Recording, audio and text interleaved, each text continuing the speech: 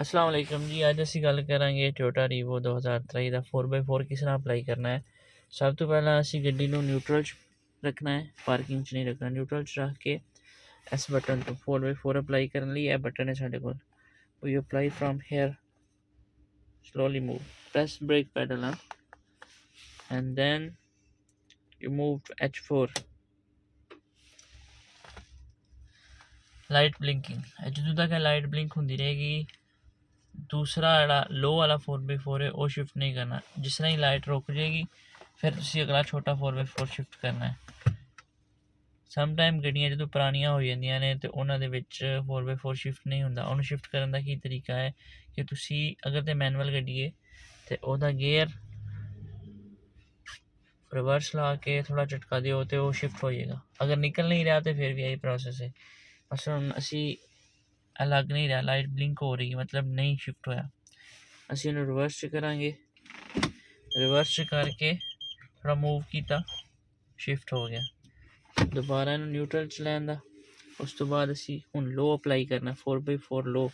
ਇਹਨੂੰ ਪੁਸ਼ ਕਰਨਾ, ਲਿਖਿਆ ਵੀ ਹੈ पुश, फिर मूव करना है।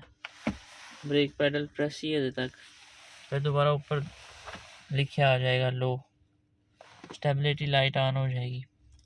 जो लो 4x4 ऑन होएगा ये दो लाइटा ऑन होणगियां ते जिन्नी देर तक लाइटा ब्लिंक कर रही ने उन्नी देर तक तुसी गड्डी नूं मूव नहीं करना।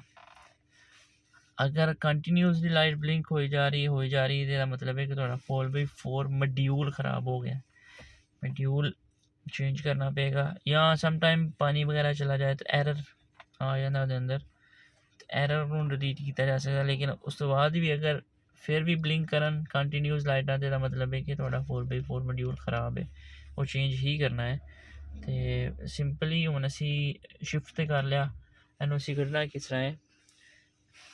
ब्रेक प्रेस कर लेनी है, स्विच नूं प्रेस करना है, पुश, फिर मूव करना है H4 ते।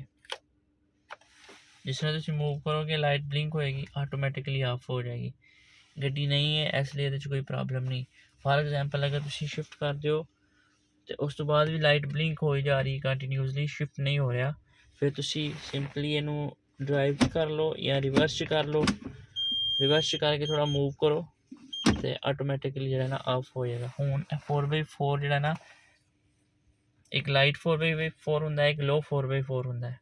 मतलब लो दे विच बिल्कुल गड्डी ज़्यादा पावर लैके चलदी है। जो लाइट 4x4 होंदा है ਉਹਦੇ 'ਚ ਚਾਰੋਂ ਟਾਇਰ ਤੋਂ ਪਾਵਰ ਆਉਂਦੀ ਹੈ, ਲੇਕਿਨ ਤੁਸੀਂ ਇਹਦੇ ਨਾਲ ਰੋਡ 'ਤੇ ਵੀ ਡਰਾਈਵ ਕਰ ਸਕਦੇ ਹੋ।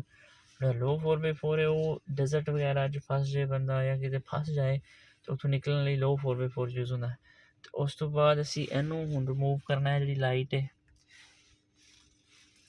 ਸਿੰਪਲੀ ਬ੍ਰੇਕ ਪ੍ਰੈਸ ਕਰ ਲਈ, ਇਹਨੂੰ ਅਸੀਂ ਮੂਵ ਕੀਤਾ H2 ਤੇ।